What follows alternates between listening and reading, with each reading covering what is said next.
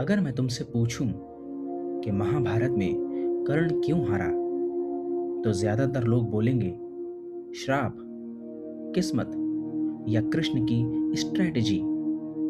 पर अगर ध्यान से देखो, कर्ण की हार उस दिन नहीं हुई थी जब उसका रथ फंसा था। उसकी हार बहुत पहले ही शुरू हो चुकी थी। कर्ण महाभारत का सबसे टैलेंटेड वॉरियर्स में से एक था। उसके पास स्किल थी, करेज था, डिसिप्लिन था, और सबसे बड़ी बात, वो कभी आसान लाइफ लेकर पैदा नहीं हुआ था। उसने हर चीज स्ट्रगल करके हासिल की, पर फिर भी हिस्ट्री उसे विनर के रूप में याद नहीं करती। सवाल ये है कि ऐसा क्यों? लोग सोचते हैं कर्ण को पावर चाहिए थी, पर अगर उसकी पूरी स्टोरी देखो, उसे सबसे ज्यादा एक चीज चाहिए थी, और वो थी एक्सेप्टेंस। उसे किसी न किसी ग्रुप का हिस्सा बनना था। उसे ये फील करना था कि कोई उसे अपना मानता है। और इसी वीकनेस ने उसकी लाइफ का सबसे बड़ा डिसीजन डिसाइड किया। जब दुर्योधन ने उसे रिस्पेक्ट दी, कर्ण ने अपनी पूरी लॉयल्टी उसे दे दी। ये लॉयल्टी गलत नहीं थी, लेकिन एक पॉइंट के बाद वो ग्रेटिट्यूड से ज़्यादा डिपेंडेंसी बन गई। अब डिसीजंस प्रिंसिपल से नहीं, रिलेशनशिप से होने लगे। और जब इंसान अपनी वैल्यूज से ज़्यादा अपनी एक्सेप्टेंस को प्रोटेक्ट करता है, तब जजमेंट धीरे धीरे वीक होने लगती है। आज भी ये बहुत कॉमन है।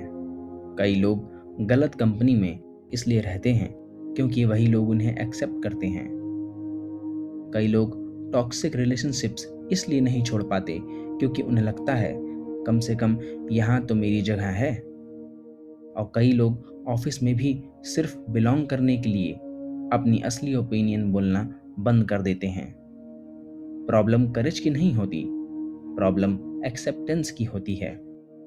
एक्सेप्टेंस की एक हिडन कॉस्ट होती है। जब तुम किसी ग्रुप को खोने से डरने लगते हो, तब तुम खुद को खोना स्टार्ट कर देते हो। धीरे धीरे तुम वो डिसीजंस लेने लगते हो जो तुम्हारे होते ही नहीं।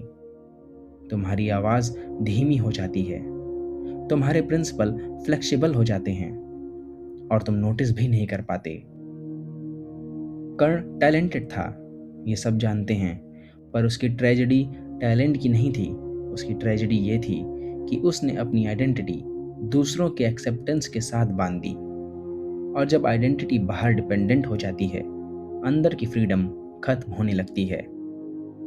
कभी सोचा है तुम कितने डिसीजंस सिर्फ इसलिए लेते हो ताकि लोग तुम्हें रिजेक्ट ना करें?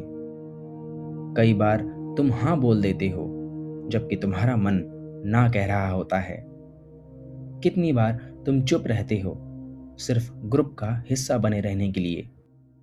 ये सिर्फ कर्ण की स्टोरी नहीं है, ये हर उस इंसान की स्टोरी है जिसे एक्सेप्टेंस की भूख है। कर्ण को हराने वाला सबसे बड़ा वॉरियर अर्जुन नहीं था, उसकी अपनी इमोशनल डिपेंडेंसी थी। और अडल्टहुड में बहुत लोग टैलेंट की वजह से नहीं रुकते, वो रुकते हैं क्योंकि उन्हें अपनी जगह खो देने का डर होता है। हर इंसान को रिस्पेक्ट चाहिए, हर इंसान को बिलोंगिंग चाहिए, ये नॉर्मल है। लेकिन जब बिलोंगिंग सच से बड़ी हो जाए, तब डिसीजंस बदलने लगते हैं, और वहीं से कहानी भी बदल जाती है। कभी कभी इंसान गलत लोगों के साथ इसलिए नहीं रहता क्योंकि वो गलत है, वो इसलिए रहता है क्योंकि वही उसे अपना मानते हैं। और शायद यही कर्ण की सबसे बड़ी ट्रेजेडी थी। सोच बदलेगी, जिंदगी बदलेगी।